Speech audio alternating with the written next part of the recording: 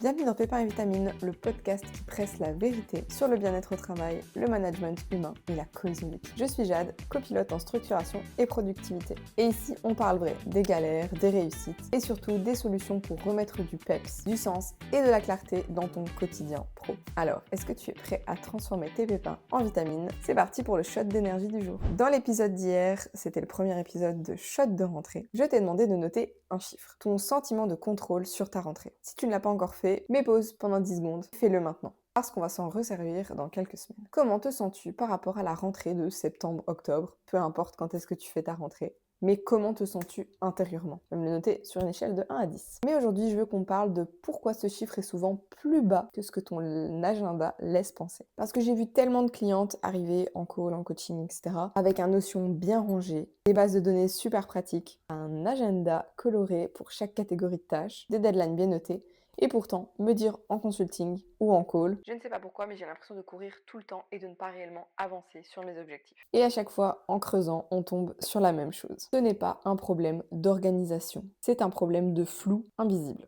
Laisse-moi t'expliquer ce que j'entends par là, parce que c'est clairement un mécanisme qu'on sous-estime complètement. Une tâche floue, c'est le genre de tâche de il faudra que je m'occupe de ça un jour, faut que je relance telle personne, je devrais vraiment regarder ce dossier. Ce genre de tâche, elle ne te coûte pas de l'énergie le jour où tu l'as fait, elle te coûte de l'énergie tous les jours où elle reste en stand-by dans ta tête, dans un petit coin de ta tête, en mode non traité. Et c'est clairement ce qu'on appelle la charge mentale. Et le problème avec la charge mentale, c'est qu'elle est invisible sur ton planning. Tu peux pas non plus la voir sur ton notion et tu peux pas non plus la mesurer avec un chiffre de productivité. La charge mentale, elle va se ressentir ailleurs. Dans ta capacité de concentration qui va baisser en fin de journée, dans ce sommeil qui n'est jamais vraiment réparateur parce que ton cerveau continue de tourner constamment, dans cette irritabilité avec tes proches ou même ton équipe qui en fait n'a aucun rapport avec le travail. J'ai accompagné une cliente dont je ne vais pas donner trop de détails, mais le cas est tellement fréquent que je pense que même toi tu vas te reconnaître. Elle gérait une petite équipe de 3 personnes. Sur le papier, tout était nickel. Un rétro-planning à jour, des réunions d'équipe bien cadrées, des outils qui étaient bien choisis et optimisés.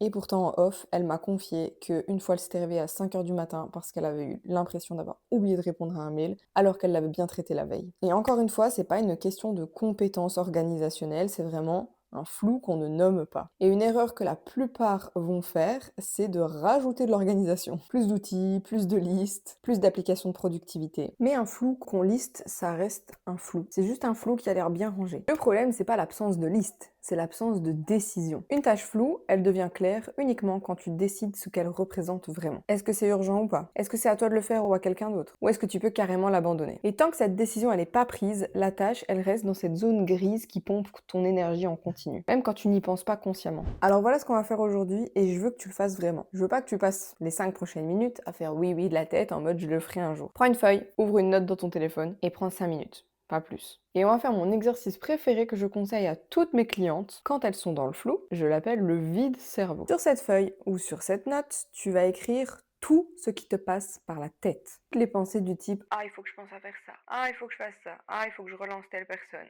Note tout. Ne pense pas à les trier, ne les organise pas non plus, vraiment tu sors tout sans aucun ordre, tu vomis tes idées et tes pensées. Ne réfléchis même pas à si c'est important ou pas, on s'en moque, note-le. En général, la plupart des gens qui font cet exercice-là, ils notent entre 15 et 30 actions. Et le simple fait de les noter, sans même chercher à les résoudre, ça allège déjà énormément la charge mentale. Et c'est prouvé en psychologie cognitive. J'ai fait mes petites recherches. Le cerveau, il va traiter différemment une information qui est stockée en mémoire de travail et une information qu'on va sortir de sa tête pour le poser sur un support, que ce soit une feuille, un espace notion vide, quoi que ce soit. Je conseille quand même la feuille blanche et de se mettre en mode avion. Comme ça permet vraiment de se concentrer et de tout sortir de sa tête sans être perturbé, ni repousser cette action. À cette action du jour, il y a vraiment une seule règle. Ne commence pas à répondre aux actions pendant que tu les notes. C'est pas l'exercice d'aujourd'hui. Aujourd'hui, l'exercice, c'est vraiment de vider. On reparlera de comment trier toutes ces actions dans un prochain épisode. Donc ton action du jour, très concrète, 5 minutes, une feuille, tu vides tout ce qu'il y a dans ta tête en vrac. Pas de tri, pas de jugement, tu fais juste de la place à ton cerveau. D'ailleurs, ce qu'on a travaillé aujourd'hui, c'est une partie infime de ce que je travaille avec mes clientes. Donc si tu veux qu'on examine ta situation personnelle en détail, je te laisse le lien pour réserver un appel découverte en description. Et on se retrouve demain pour l'épisode numéro 3. Est-ce que tu as une vision claire de ta rentrée ou est-ce que tu avances à l'instinct? Merci d'avoir écouté cet épisode de Pépins et Vitamines et plus précisément l'épisode l'épisode 2 de Shot de rentrée. Si cet épisode t'a plu, pense à le partager à une copine entrepreneuse qui aurait bien besoin d'un petit coup de boost. Et pour encore plus de pépites vitaminées, retrouve-moi sur LinkedIn, sur Instagram ou alors abonne-toi à cette chaîne YouTube